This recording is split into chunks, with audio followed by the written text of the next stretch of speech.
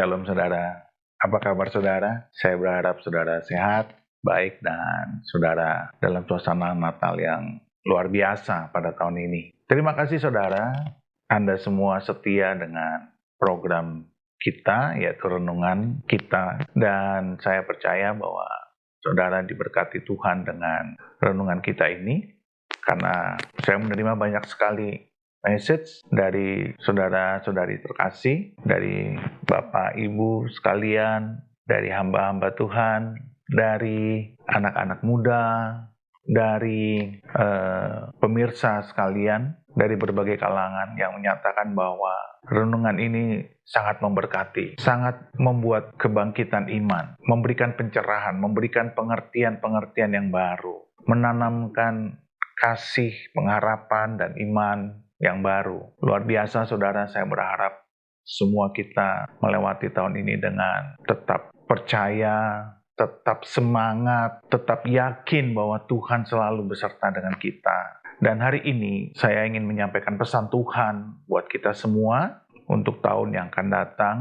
Tuhan berbicara apa buat kita? Dan kebetulan Tuhan telah sampaikan sesuatu di dalam hati saya, dan saya percaya itu akan membuat saudara juga diberkati, saudara mengerti, memahami, dan itu akan membangkitkan iman saudara di dalam perjalanan kita di tahun yang akan datang, di tahun 2023. Tetapi saudara, mari kita berdoa dahulu sebelum kita mulai renungan kita saat ini. Bapa, di dalam nama Tuhan Yesus, hamba berdoa, biarlah kuasa Roh Kudus bekerja di tengah-tengah kami, tolonglah kami, berikan kami pengertian yang sempurna, pengertian yang sejati, pengertian menurut kehendak-Mu. Di dalam nama Yesus berkuasalah Roh-Mu atas kami semua, dan kami serahkan tubuh jiwa roh kami ke dalam tangan Tuhan. Tuhan pulihkan setiap kami, bangkitkan iman kami, bangkitkan pengharapan kami, bangkitkan kasih kami, sehingga kami menjadi pribadi-pribadi yang layak di akhir zaman, pribadi-pribadi yang berkenan di hadapan-Mu, pribadi-pribadi yang mengenakan jubah imamat kami, pribadi-pribadi yang terus berdoa, terus percaya, terus berpegang pada firman-Mu, dan menjadi pribadi-pribadi yang sangat diberkati Tuhan, menjadi pribadi yang berani bernubuat, berkata-kata tentang firman kepada diri sendiri maupun kepada orang lain. Tolong kami semua Bapa, tanpa Roh-Mu, tanpa kehendak-Mu, tanpa firman-Mu, tanpa anugerah-Mu, tanpa pertolongan-Mu kami tidak mampu, karena kami bukan siapa-siapa. Di dalam nama Yesus kami siap diberkati Tuhan. Haleluya. Amin, amin, amin, amin, amin, amin. Puji Tuhan, haleluya. Saudaraku, tahun ini kita akan mengakhirinya. Dan apa pesan Tuhan untuk tahun depan? Apa resolusi akhir tahun? Dan apa pesan Tuhan untuk tahun depan, tahun 2023? Saudara, hari ini kita mendapatkan pesan dari Tuhan, yaitu apa? Tuhan ingin memberkati anak-anaknya yang mengalami keletihan, kelelahan, yang merasa hopeless, yang merasa tidak berdaya, yang merasa kalah, yang merasa doa-doanya tidak dijawab Tuhan, yang merasa seolah-olah Tuhan tidak memperhatikan dia, yang merasa hidupnya semakin hari bukan bertambah baik, tetapi semakin hari bertambah berat. Apalagi setelah pandemi, banyak masalah yang terjadi di dalam kehidupan kita, banyak yang terkoreksi, banyak yang mengalami kebangkrutan, banyak yang mengalami kegagalan, banyak yang bahkan bertambah-tambah hutangnya, bahkan banyak yang sudah lama sakit, tidak pulih-pulih. Tetapi Tuhan sedang ingin memberikan kepada kita suatu perhatian khusus kepada mereka, kepada kita, saudara dan saya yang merasa hidupnya kalah, yang merasa hidupnya tidak berarti. Saudara, banyak di antara kita yang mengalami itu. Hubungan-hubungan yang buruk, keluarga-keluarga yang belum dipulihkan, hubungan suami istri yang buruk, bahkan hampir bercerai, bahkan banyak keluarga-keluarga yang ribut masalah ekonomi. Tetapi Tuhan kita ingin memberkati saudara dan saya. Di akhir tahun ini, di tahun 2022 ini, Tuhan memberikan resolusi buat kita. Tetapi saudara dan saya harus melakukan bagian kita. Kita harus tetap menjalankan apa yang menjadi kewajiban kita. Tidak boleh kita berpangku tangan, tidak boleh kita merasa sudah cukup. Hendaklah kita terus berjuang, kita terus berusaha, dan kita tidak pernah berhenti. Nah saudara, apa kata firman Tuhan tentang itu? Mari kita lihat di Lukas 18, ayat yang pertama sampai dengan ayat yang ke-8. Demikianlah firman Tuhan. Yesus mengatakan suatu perumpamaan kepada mereka untuk menegaskan bahwa mereka harus selalu berdoa dengan tidak jemu-jemu. Katanya, dalam sebuah kota ada seorang hakim yang tidak takut akan Allah dan tidak menghormati seorang pun. Dan di kota itu ada seorang janda yang selalu datang kepada hakim itu dan berkata, "Belalah hakku terhadap lawanku." Beberapa waktu lamanya hakim itu menolak. Tetapi kemudian ia berkata dalam hatinya, "Walaupun aku tidak takut akan Allah dan tidak menghormati seorang pun, namun karena janda ini menyusahkan aku, baiklah aku membenarkan dia, supaya jangan terus saja ia datang dan akhirnya menyerang aku." Kata Tuhan, "Camkanlah apa yang dikatakan hakim yang lalim itu. Tidakkah Allah akan membenarkan orang-orang pilihannya yang siang malam berseru kepadanya, dan adakah ia mengulur-ngulur waktu sebelum menolong mereka? Aku berkata kepadamu, ia akan segera membenarkan mereka. Akan tetapi, jika Anak Manusia itu datang, adakah ia mendapati iman di bumi?" Haleluya, haleluya, haleluya. Amin. Saudara lihat, Tuhan memberikan perumpamaan tentang seorang janda, seorang hakim yang lalim. Tuhan sedang menggambarkan kepada kita supaya saudara dan saya terus-menerus berdoa, terus-menerus bergumul, terus-menerus berjuang, terus-menerus menyelesaikan pertempuran kita sampai menang. Kenapa perumpamaan ini begitu kontras? Satu seorang janda yang lemah dan satu seorang hakim yang lalim. Hakim yang tidak menghormati siapapun dan tidak takut akan Allah. Saudaraku, Tuhan sedang menggambarkan kepada kita, seorang janda itu berarti saudara dan saya seorang yang lemah, seorang yang tidak berdaya, seorang yang petokos. Apa itu petokos? Seorang yang miskin di hadapan Allah, yang tidak punya apa-apa, yang tidak mengandalkan kekuatannya, yang tidak mengandalkan dirinya, yang tidak mengandalkan kebanggaannya, yang tidak mengandalkan kesombongannya, yang tidak mengandalkan kemampuannya, tetapi yang sungguh-sungguh tidak punya apa-apa, hanya berserah kepada Bapa di surga, hanya berserah kepada Tuhan Yesus. Inilah gambaran saudara dan saya yang hari-hari ini mengalami kekalahan, yang hari-hari ini mengalami kesulitan, yang hari-hari ini hubungan-hubungannya buruk, yang hari-hari ini bisnisnya rusak, yang hari-hari ini hidupnya berantakan, ekonominya penuh dengan hutang, yang hubungan suami istrinya diambang perceraian. Saudara, saya ingin mengatakan kepada saudara semua, kita adalah janda-janda di hadapan Tuhan. Orang-orang yang tidak punya daya apapun, yang tidak mempunyai kekuatan apapun. Agak sulit bagi saudara dan saya kalau kita merasa kuat, karena kita akan merasa tidak butuh Tuhan. Akan sulit bagi saudara dan saya kalau kita tidak seperti seorang janda yang lemah, yang tidak berdaya. Tidak dikatakan di sini janda ini miskin atau kaya, tetapi saya percaya bahwa seorang janda pasti tidak mempunyai daya, tidak mempunyai kekuatan. Dia menjadi seorang yang sangat diharapkan oleh keluarganya, oleh anak-anaknya untuk menghidupi, menafkahi keluarganya. Ketika Tuhan memberikan perumpamaan ini, Tuhan sedang menggambarkan kehidupan kita yang sedang terpuruk. Kehidupan kita yang sedang berada di lembah kekelaman. Penuh dengan air mata, penuh dengan tangisan, penuh dengan ratapan. Tetapi dengar saudaraku, baik-baik. Ada contoh di Alkitab. Bagaimana Tuhan melawat hambanya, melawat orang yang diurapinya, melawat orang yang dikasihinya, melawat orang pilihannya yang dibenarkan di hadapan dia. Dan itu menjadi blessing yang sangat besar, di mana berkatnya menjadi double. Ketika Tuhan berkata, ayat yang ke-7,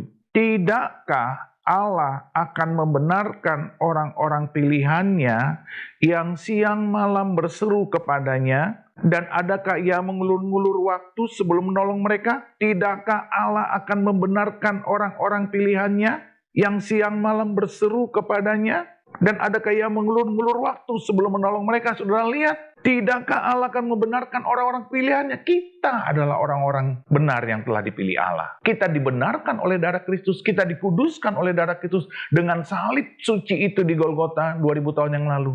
Saudara dan saya telah dibenarkan oleh penebusannya. Artinya apa? Saudara dan saya sangat berharga di mata Tuhan. Sangat-sangat berharga. Jadi jangan merasa tidak diperhatikan oleh Tuhan.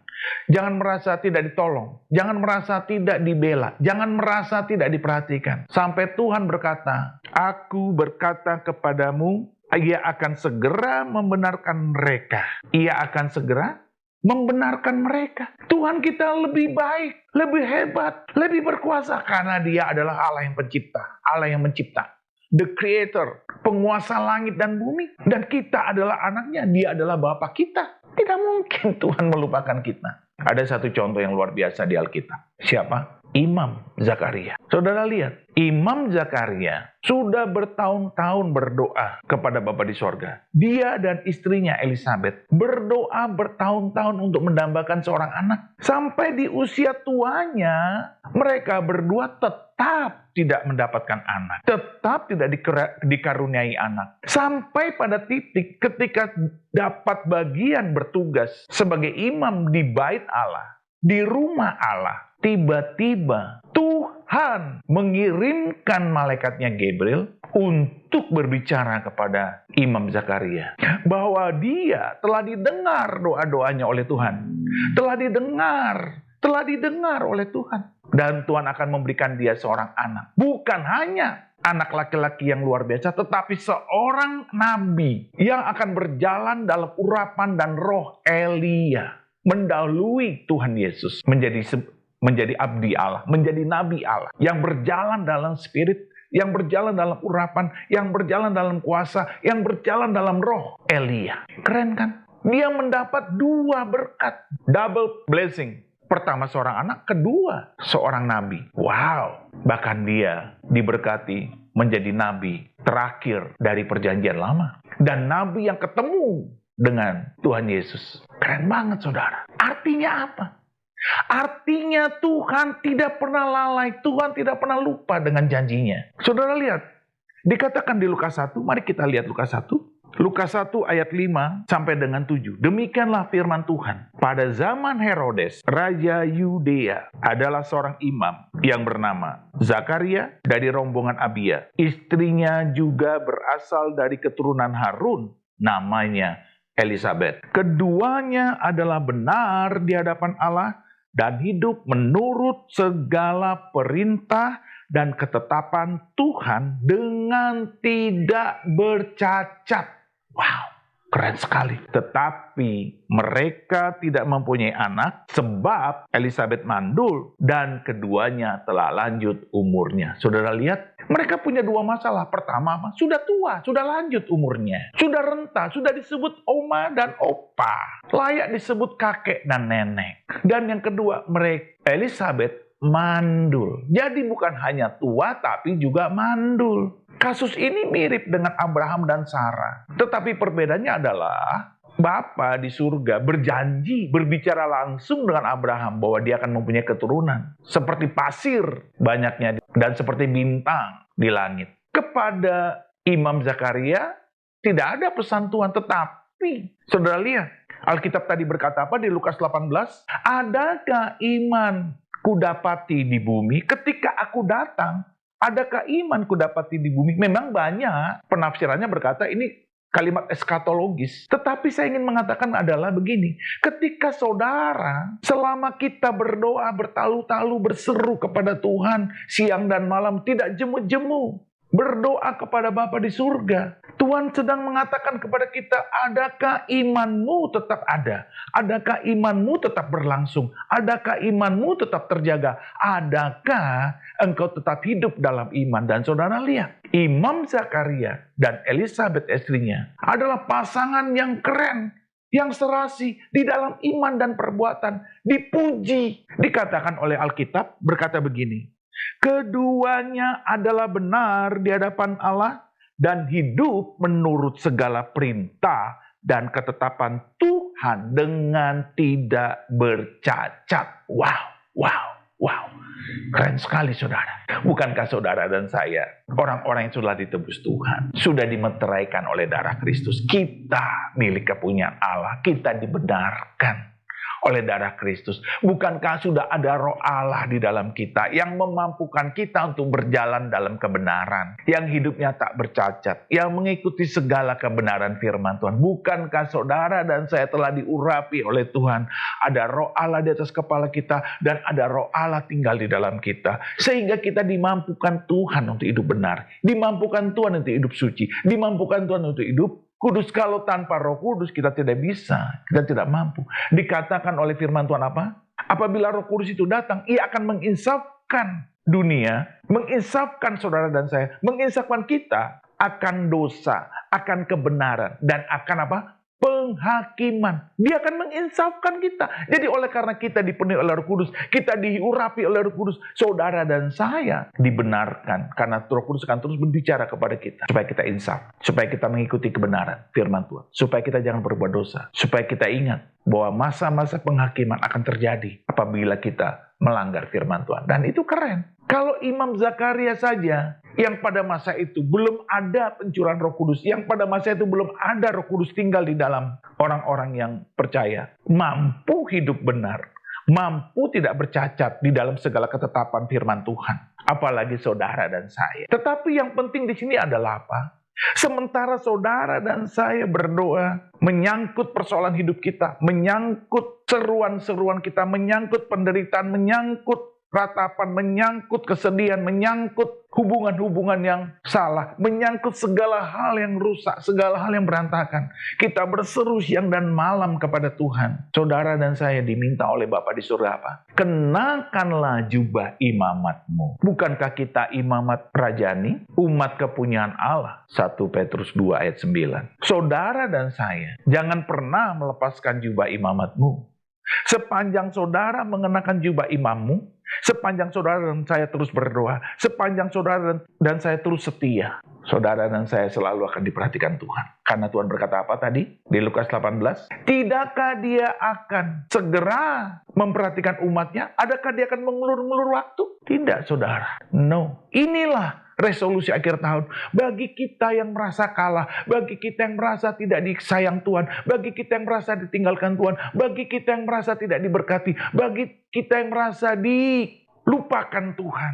Ingat saudara, Tuhan itu ingat akan kita. Kata Zakaria, nama Zakaria itu berarti apa? Allah mengingat. Sudah bertahun-tahun Zakaria setia dengan pekerjaannya. Sudah bertahun-tahun Zakaria rajin, berintegritas, berdedikasi, bertanggung jawab sebagai imam Allah. Melakukan pekerjaan-pekerjaan imamatnya. Setia di rumah Tuhan. Setia melaksanakan mesbah. Tetapi dia seperti janda. Dia lemah. Lemah dalam hal apa? Sudah tua. Lemah dalam hal apa? Mandul istrinya. Tidak berdaya. Saudaraku, adakah permohonan-permohonan doamu yang merasa engkau tidak berdaya? Tidak punya kekuatan? Engkau sakitkah?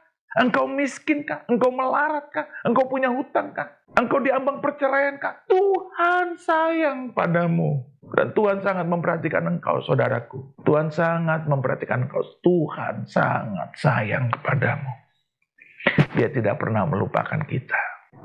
Allah mengingat kita. Zakaria berarti Allah mengingat kita.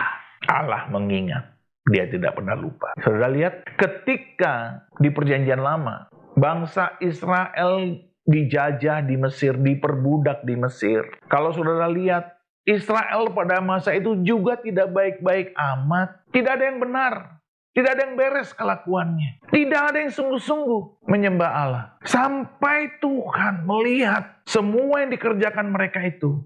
Akhirnya turunlah belas kasihan Allah, belas kasihan Tuhan, belas kasihan Bapa di surga kepada mereka.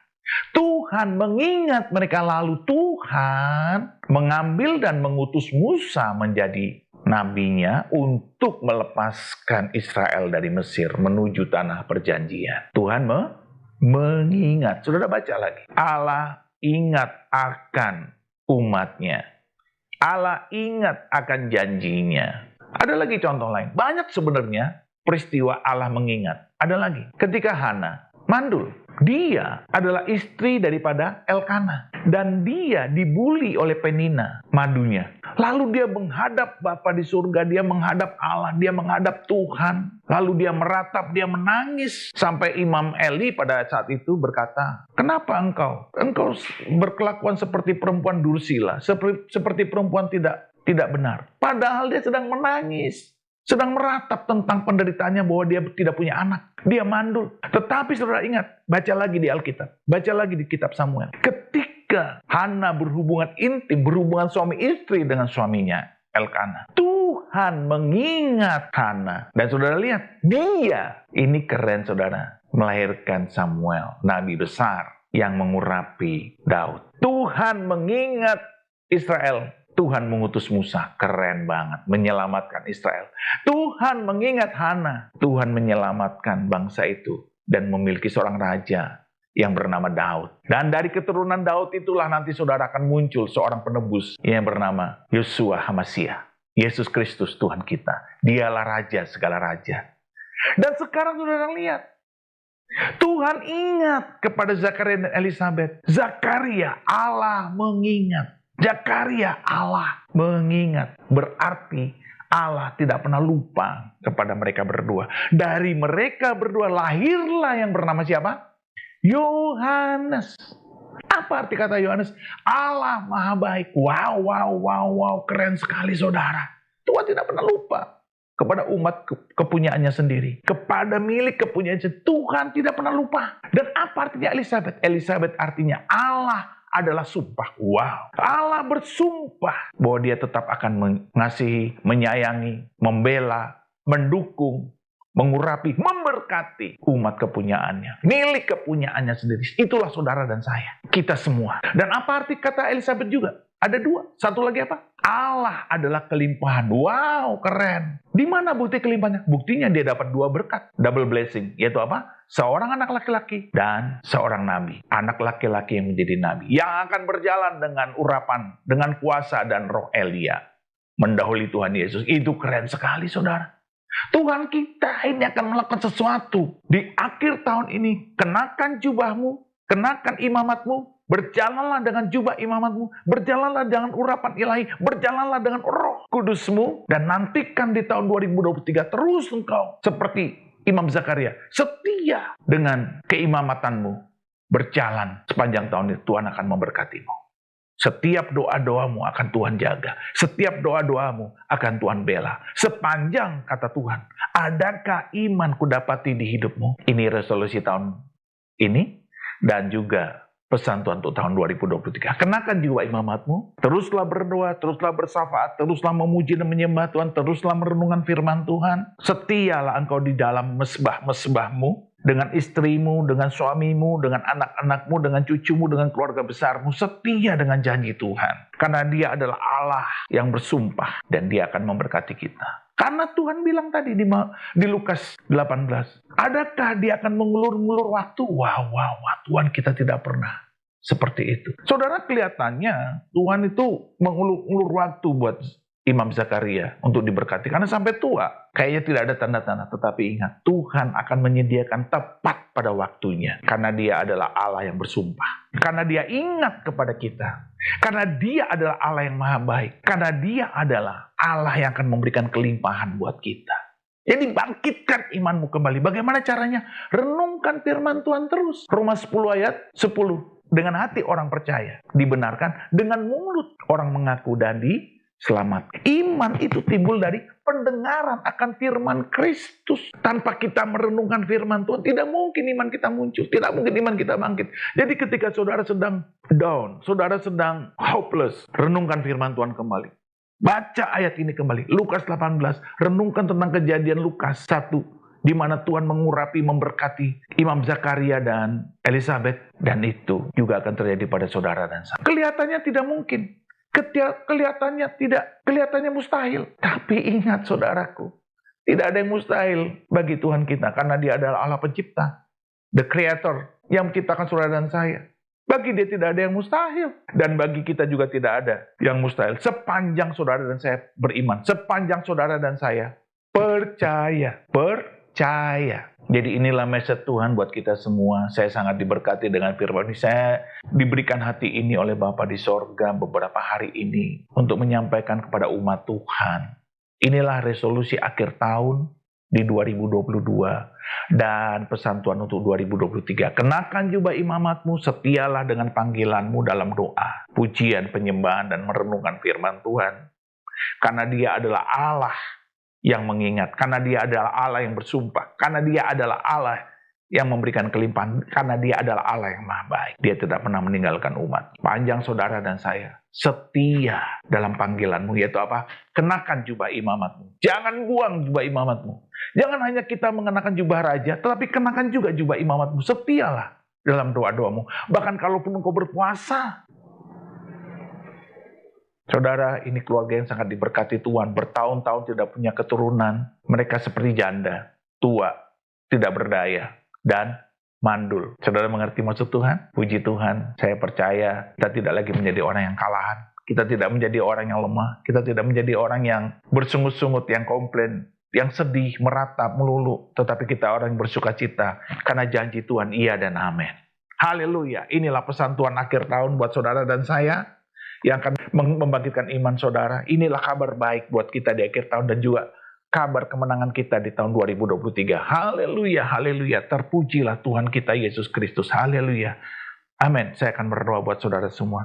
Bapa, di dalam nama Yesus, terima kasih untuk berkat-Mu pada hari ini. Pagi, siang, dan malam, Tuhan menjagai kami. Dan kami serahkan hidup kami ke dalam tangan Tuhan. Berikan kami Tuhan kepastian tindakan, kepastian iman, kepastian keberanian, kepastian langkah untuk berjalan dalam jubah imam kami. Kami bersyukur punya Allah seperti Engkau yang telah memanggil kami dari gelap kepada terang-Mu yang ajaib, yang membuat kami sangat disayang Tuhan karena kami adalah umat kepunyaan-Mu sendiri.